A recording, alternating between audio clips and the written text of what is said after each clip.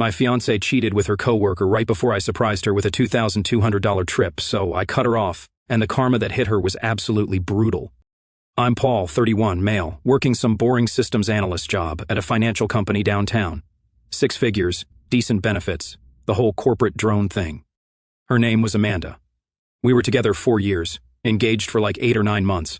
I met her at some charity bar thing a friend dragged me to. She was 28, pharmaceutical sales, made okay money but burned through it like crazy. I should have paid more attention to that, but you know how it is when you're into someone. We got engaged because it felt like what you do after 4 years. We were living together. She was always on Pinterest looking at wedding stuff. All her friends were getting married. I proposed at this expensive restaurant she'd been hinting about for months. The ring was $8,000. She basically picked it out herself. I saved up for it, did the whole thing. She posted it everywhere immediately. The wedding planning took over her entire life. No date set yet, but she had spreadsheets, color schemes, and a guest list that kept growing. She wanted a Napa Valley destination wedding, 150 people minimum.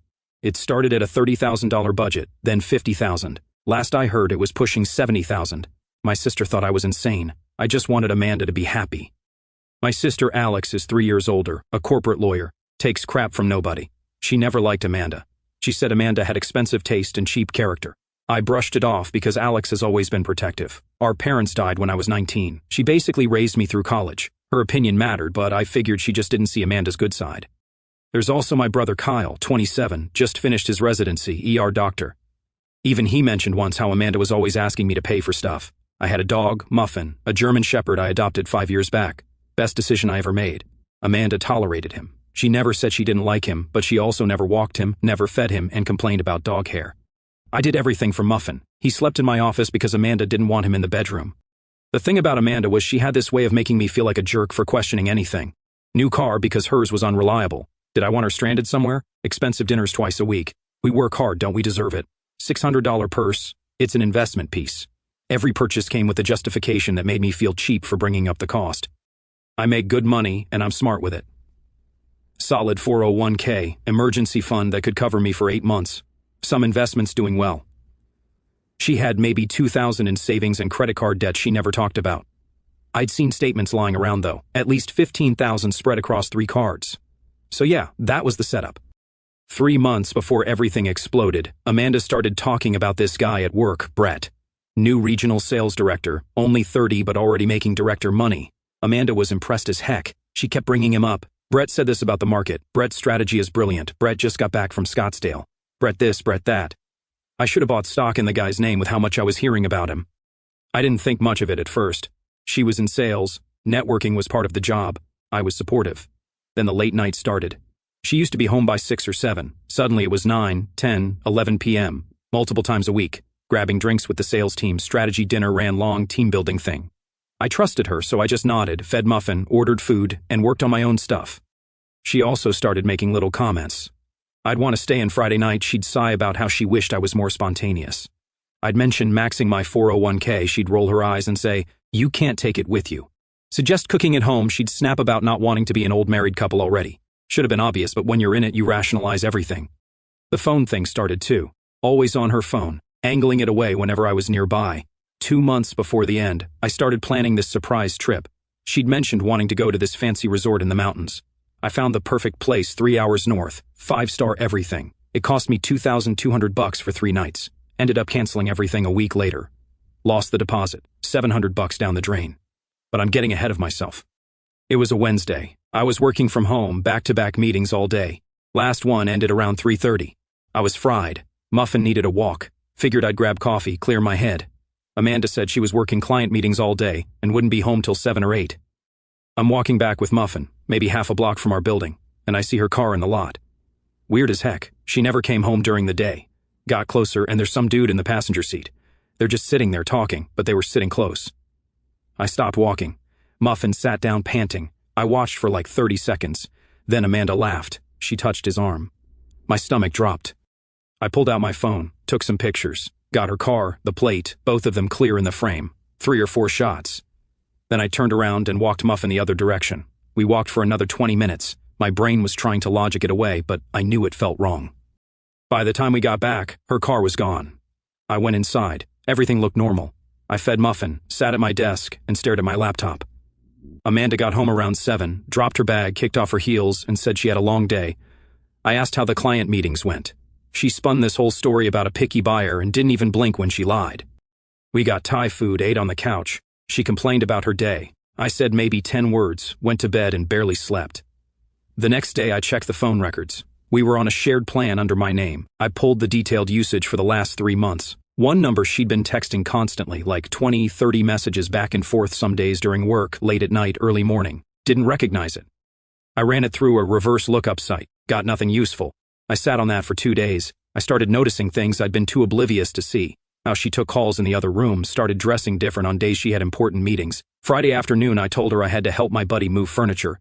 She barely looked up and said no problem. She was meeting Celeste for drinks anyway. I didn't go help anybody. I went to a parking garage near her favorite happy hour spot downtown and parked where I could see the entrance.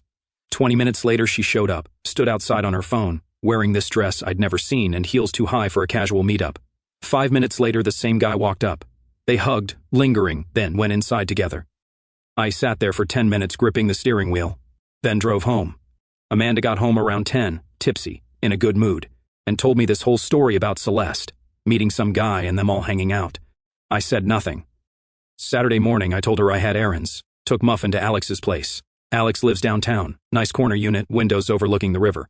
She opened the door in workout clothes, coffee in hand, took one look at me and knew something was wrong. I told her everything. The car, the phone records, following Amanda to the bar. Alex listened without interrupting. When I finished, she was quiet for a minute, then asked what I wanted to do. I said I wanted out clean, no drama. She smiled and said, okay. We spent most of Saturday mapping things out. Alex is good at this lawyer brain stuff.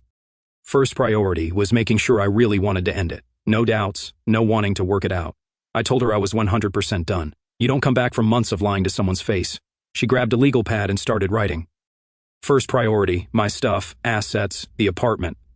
The lease was in both our names, but I'd paid the deposit. She said I'd get that back if I documented it. The ring was trickier. Legally a gift once I proposed, but if I could prove it ended because of infidelity, I might get it back.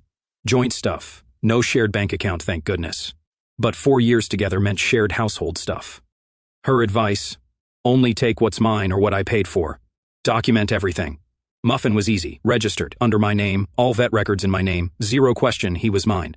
Amanda's car was in her name, but I'd co-signed 3 years back and it was paid off now. Alex asked if I was still on the title. I said no, she refinanced just in her name like a year ago. Alex said, then not my problem. Next step was apartment hunting. Alex said have a place completely lined up before doing anything. She offered to let me crash with her, but I wanted my own space, fresh start, no reminders. She said she had a buddy who does property management and she'd make some calls. By the time I left that evening with Muffin, we had a complete timeline. Next week, I'd quietly pack my essential stuff, store it at Alex's, find an apartment, sign a lease, then move everything in one shot while Amanda was at work. Clean break. Alex also said document the cheating properly. Get proof, something clear and undeniable. That way when I walk, she can't twist the narrative or play victim to mutual friends. That part felt gross, honestly. Following her around trying to catch her felt like something from a bad TV show. But Alex had a solid point. Without proof, it becomes he said, she said. People would wonder if maybe I overreacted, if maybe I was the problem. Sunday, Amanda was at brunch with friends, gone for hours. I went through every room, photographed everything I'd bought, took pictures of receipts where I still had them, which was a lot because I'm weirdly organized about that. I downloaded bank statements showing my payments for rent, utilities, furniture purchases. Took like 3 hours. Ended up with a folder on my laptop, everything organized by date and category. Monday, Alex texted me around lunch. Her property guy had 2 apartments available, both 1 bedroom, both took dogs, both immediate move-in. She sent me the addresses and times I could view them. I took a long lunch break, told my manager I had a dentist appointment and checked out both places. The first one was tiny, ground floor, windows looked directly at a brick wall, hard pass. The second one was on the 4th floor of a newer building about 15 minutes from my office. Decent size for 1 bedroom, nice balcony overlooking a little park. Muffin would love that park. Kitchen was way better than my current place. I signed the lease that afternoon. First, last, and security deposit wiped out a chunk of my savings, but I had plenty to cover it. Move-in date was that Friday. Tuesday through Thursday, I started packing 1 box at a time. Stuff Amanda wouldn't notice missing right away. Clothes from the back of the closet, books, personal paperwork, toiletries I could replace. Took them to my car during lunch breaks or after Amanda went to bed and dropped everything at Alex's. She was keeping it all in her second bedroom. Wednesday, I rented a cargo van for Friday pickup and got Kyle and two buddies from work, Steve and Martin, to help me move. Thursday night, I needed actual proof. I knew Amanda met Brett on Thursday nights. She'd claimed it was a weekly sales to strategy meeting, but that story was obvious garbage now. Friday morning, I called in sick. Amanda left for work at her usual time. Kyle, Steve, Martin, and Alex showed up at 8:30. Moving everything took 3 hours. It felt longer somehow, but it was efficient. My furniture, clothes, all my personal stuff. Muffin and all his stuff. Food bowls, toys, bed, leash. I left behind anything that was hers or anything we'd bought together. Not one dish, not one throw pillow, nothing. Just what was mine. Kyle kept asking if I was absolutely sure. If maybe we should talk first, try to work it out. I told him talking was done. I'd already had this conversation 1,000 times in my head. Nothing left to say. By noon, the apartment looked completely different. Half empty. My whole life for 4 years reduced to empty spaces and bare walls. I stood there taking one last look while Alex loaded the last box in her car. She asked if I was good. I said yeah. She grinned and said Amanda was going to completely lose her mind when she saw this. I said I know. Alex said she couldn't wait to hear about it. I left the note on the kitchen counter of the old place. Right in the middle where she couldn't miss it. With her apartment keys on top. I told her I knew about Brett. Had known for a while. Wasn't interested in explanations or apologies. I was done. I moved out today. Everything that's mine is gone. Muffin is with me. I paid my half of rent through the end of the lease, which was 3 more months. After that, she was on her own. The engagement was off. I wanted the ring back. Paid $8,000 for it. And since this ended because she cheated, I was entitled to ask. She could mail it to Alex's address or we could do lawyers. Her call. I said I documented everything. Also documented her and Brett. Photos and video included. I told her not to contact me. Don't text, don't call, don't show up at my work. We were done. Nothing left to say. I wasn't angry. Actually relieved. She wanted someone more exciting, more spontaneous, more willing to blow money on stupid purchases. Congrats, she found him. Hope it works out. I walked out and locked the door. The first 24 hours were quiet. The phone didn't ring, no texts, nothing. I spent Saturday setting up my place, Target run for basics, took Muffin to a new dog park. Saturday night Kyle came over with takeout and beer, watched a game, didn't talk about Amanda. Sunday morning my phone started buzzing. 6 missed calls from Amanda, a bunch of texts. I didn't listen to the voicemails, just read the first text and the last one. The first said, "Where are you? Why is all your stuff gone? Call me now." The last one said I was being childish. We needed to talk about this like adults. I couldn't just run away. I blocked her number, blocked her on every social media, blocked her email. Sunday afternoon an unknown number called, a guy's voice, aggressive. Had to be Brett. He asked if I was the jerk who abandoned his fiancée. I asked who this was. He said he knew who this was, that Amanda was a wreck because I walked out like a coward. I laughed and told him that's rich coming from the guy who's been sleeping with someone else's fiancée for months. Silence. Then I said, yeah, I know who you are, Brett. Know you work together, know about the Thursday meetings. Got video of you kissing her. So maybe don't call me a coward when you're the one sneaking around. More silence. Finally, he said Amanda deserved better than me. I told him then, congrats, she's all yours. You two can be mediocre together. Hung up and blocked that number too. Monday morning, an email at my work address. Amanda somehow found it. Subject line said, please read. I deleted it without opening. Monday afternoon, my desk phone rang. Receptionist said, there's a woman here asking for me, says it's urgent. I told her to tell Amanda I'm in a meeting and not available, but she's insisting. Then call security, I don't want to meet her. I heard the receptionist relay the message, heard Amanda getting loud. Then the receptionist came back and said security is walking her out. I thanked her and called HR right after. I explained everything. Broken engagement, ex showing up, potential harassment. They documented it and flagged her with security. Tuesday, Alex called and said heads up. Amanda called her asking for my new address and asking her to convince me to talk to her. When Alex told her no, Amanda lost it and said she always hated her. Alex said she's lucky she's too busy to sue her, and if she called again she'd make things worse for her, then hung up. Alex also mentioned Amanda hadn't returned the ring yet and asked if I wanted her to send a demand letter. I said give her a week. That week went quiet, no calls, no visits, nothing. I started settling in. Work from home 3 days, office twice. Muffin adjusted fast and loved the new place. I started running again, something I'd stopped because Amanda said it was boring. 2 weeks after moving out, an unknown number texted, this is Celeste, Amanda's friend. She's really going through it. Whatever happened, she's devastated. Can I please just talk to her? I typed back that she chose to cheat, she chose to lie. Those were her decisions, now she lives with them. Don't contact me again. Blocked. 3 weeks later, a package at Alex's office. Small box, Amanda's return address. Alex called asking if it was the ring. I drove to her office. She handed me the box. The ring was inside, but not in its original box, just loose, wrapped in tissue paper. The band had a scratch. Classy, Alex said. I took it to a jeweler that afternoon. The scratch dropped the value maybe $600, but it was still worth over $7,000. I sold it, got a check, and deposited it. $8,000 ring turned into $7,400, still better ROI than that relationship. That should have been the end. But then karma showed up. I heard about Amanda's car situation through Steve, one of my buddies who'd helped me move. We were grabbing lunch maybe a month after I'd moved out when he randomly asked about it. He said his girlfriend's friend apparently knows Amanda and mentioned something about her having serious car problems. I told him it was not my problem anymore. Not my circus, not my monkeys. A few days later, I got a call from an insurance company I'd never heard of. They said they're calling regarding a claim for Amanda's car. Their records showed I was listed as CO signer on the vehicle loan. I told them the loan got paid off and refinanced over a year ago. I'm not on it anymore. I could hear typing on the other end. She said she needed to verify some information. Something felt off about the whole thing. I asked what this was about exactly. She hesitated and said there was an accident involving the vehicle. They were trying to reach all parties on the original loan documentation. I asked what kind of accident. She said she couldn't share specific details unless I was listed as an interested party and asked if I was currently residing at my old apartment address. I told her no. I moved months ago and like I said, I'm not involved with that vehicle anymore.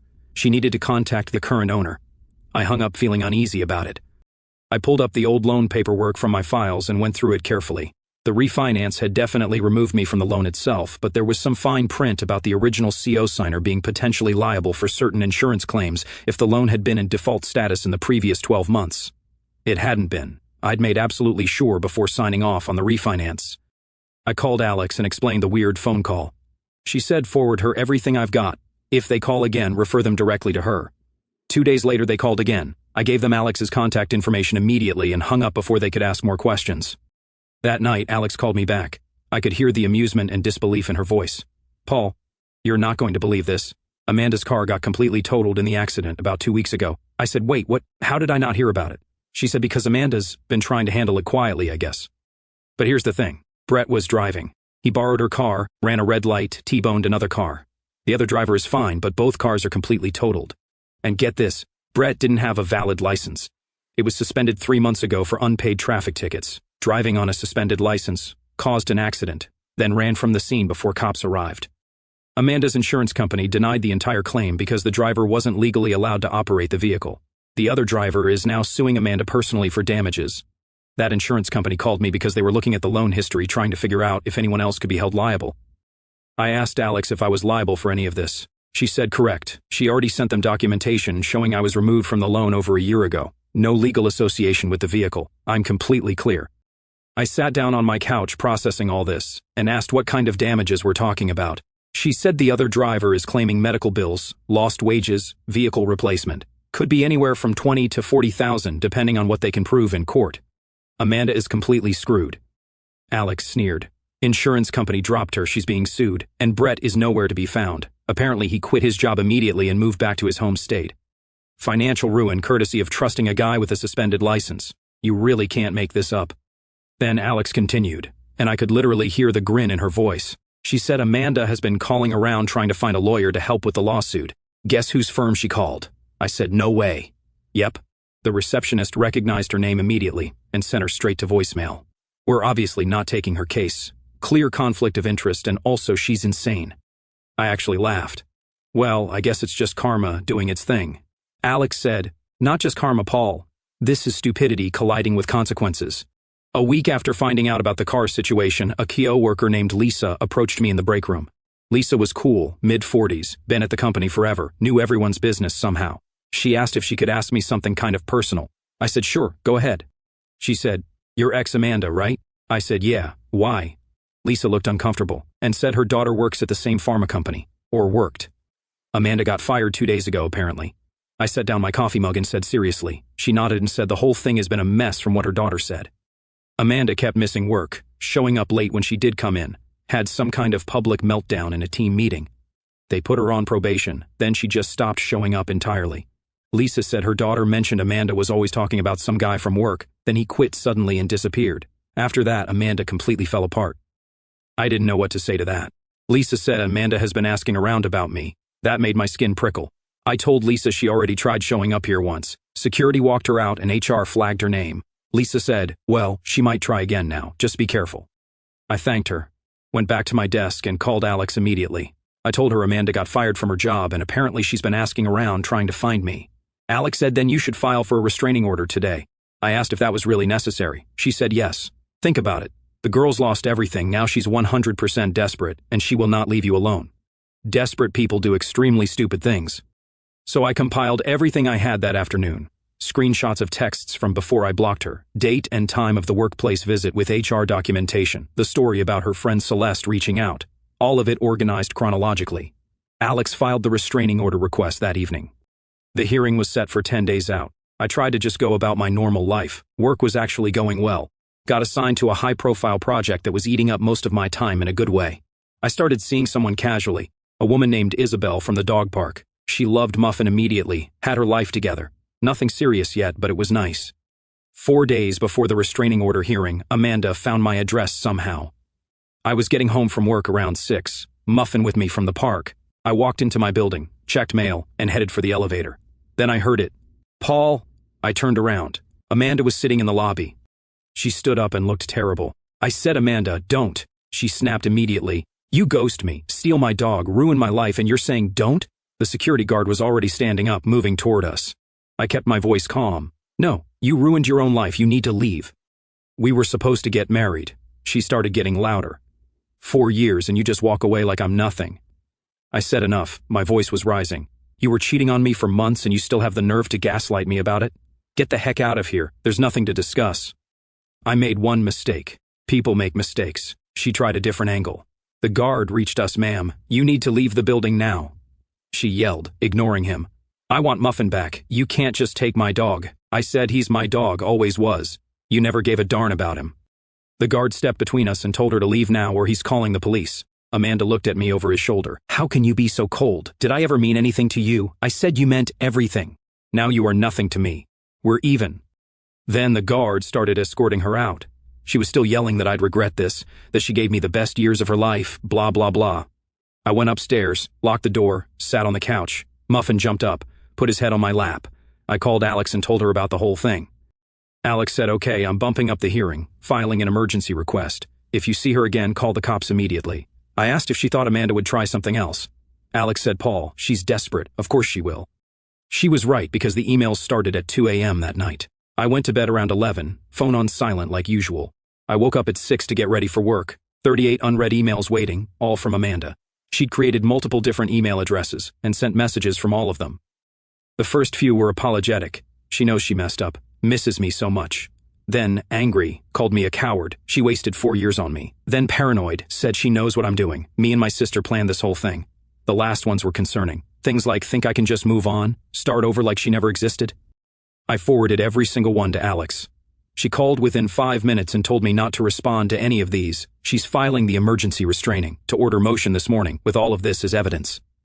At 8:30, I got a call from my office. HR director said she needed me to come in as soon as possible. There's been a situation. I got there by 9.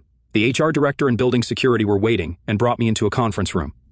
They told me my ex showed up here this morning at 6 a.m. before building security arrived for the day. She tried to access the building through the loading dock and got stopped at the doors. When security arrived and tried to remove her, she started screaming that I'd assaulted her and stolen money from her. My stomach dropped. The HR director said, don't worry. Security cameras show she's lying. She never got past the entrance, clearly agitated. We had to call the police. She slid a folder across the table, copy of the police report and their incident documentation. Amanda is officially trespassed from the building now. If she comes back, she gets arrested immediately. I told the director I was sorry this was affecting my work. She shook her head. Not the first bad breakup to spill into the office. Take the day. Work from home if you need to. I left the building and drove straight to Alex's. When I arrived, Alex said the emergency restraining order was filed, adding the emails and the office incident. We've got clear documentation now. This is a pattern of escalating harassment. By evening, the temporary restraining order was approved. Alex had it served to Amanda's parents' house. Apparently, she'd moved back home after losing the apartment and getting fired. I thought the legal order would snap her back to reality, make her understand this was serious. Wrong. 2 days later, I got a call from my old landlord. He said, hey man, sorry to bother you. Amanda's been calling nonstop saying I vandalized the apartment and demanding he withhold my security deposit. I told him that's complete garbage. I documented everything when I left. He said, I know. I did the final walkthrough myself after you moved out. The place was fine. Already mailed your deposit refund weeks ago, actually. I asked what she's saying exactly. He said she's threatening to sue him if he doesn't give her my deposit. Says I abandoned her and she's entitled to it since I broke the lease.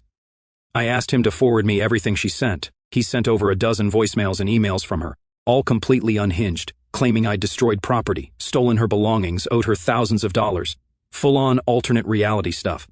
I forwarded everything to Alex immediately. The full restraining order hearing was that Thursday, small courthouse downtown, civil courtroom. I sat in the back while Alex presented our case to the judge and laid out the complete timeline of Amanda's behavior, workplace visits, emails, apartment incident, harassment of my landlord and other contacts. Amanda was there with a public defender and looked even worse than she had at my building. When it was her turn to speak, she immediately broke down crying and said I ruined her life, left her with nothing, lost her job, her car, her home, all because I walked away without any warning. The judge asked if it's accurate that she engaged in an extramarital affair that I discovered. Amanda wiped her eyes and said we weren't married, it wasn't extramarital.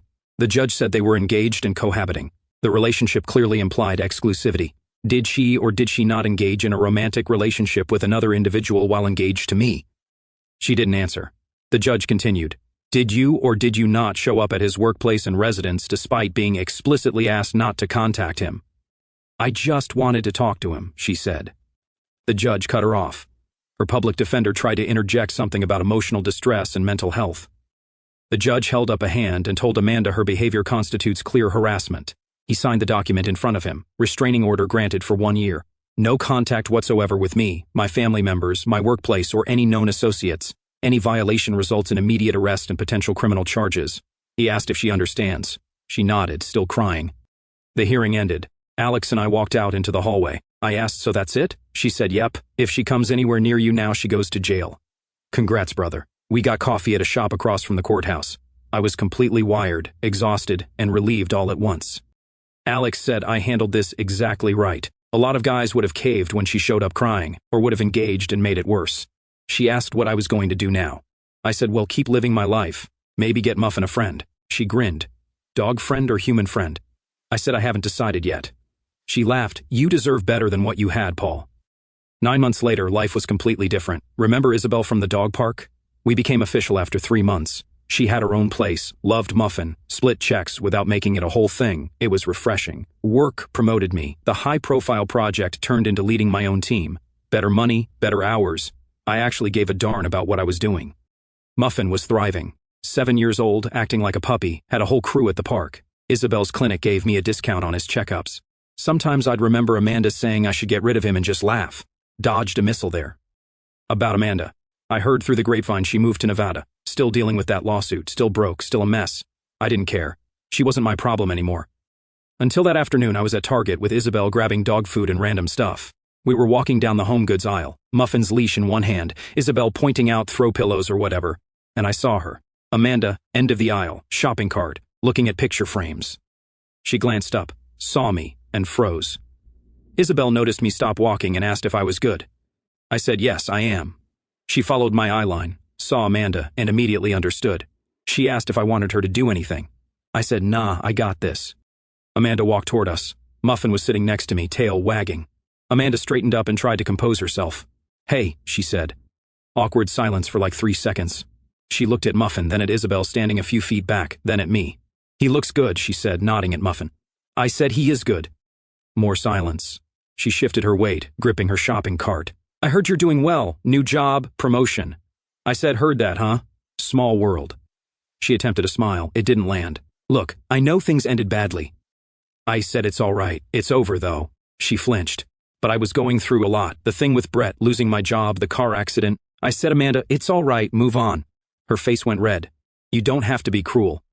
I said, I'm not being cruel. You made terrible decisions. Now you're dealing with consequences. You just need to move on like I did. She didn't like that. Her eyes immediately shifted to Isabel and scanned her up and down, moved on with her. Wow, you really downgraded. Isabel laughed. Excuse me, girl, just look in the mirror. I had to hold my laugh to avoid more drama. I cleared my throat. All right, we need to go. Nice to meet you, Amanda. Amanda said, what did she just say? Her voice started rising. Isabel shot back. I said you need to look in the mirror. How dare you watch your mouth? Great. The last thing I needed was a catfight at Target. Isabel walked up, slid her hand into mine and said, "Ready to go?" I said, "Yeah." I looked at Amanda one last time. "Good luck with everything, genuinely. Hope you figure your stuff out." I started walking. Amanda yelled after me, "She'll never love you like I did. She's using you." We kept walking. We got to the checkout line. Isabel looked at me with this little grin and said that was fun. I said, "I bet you're enjoying it a bit too much."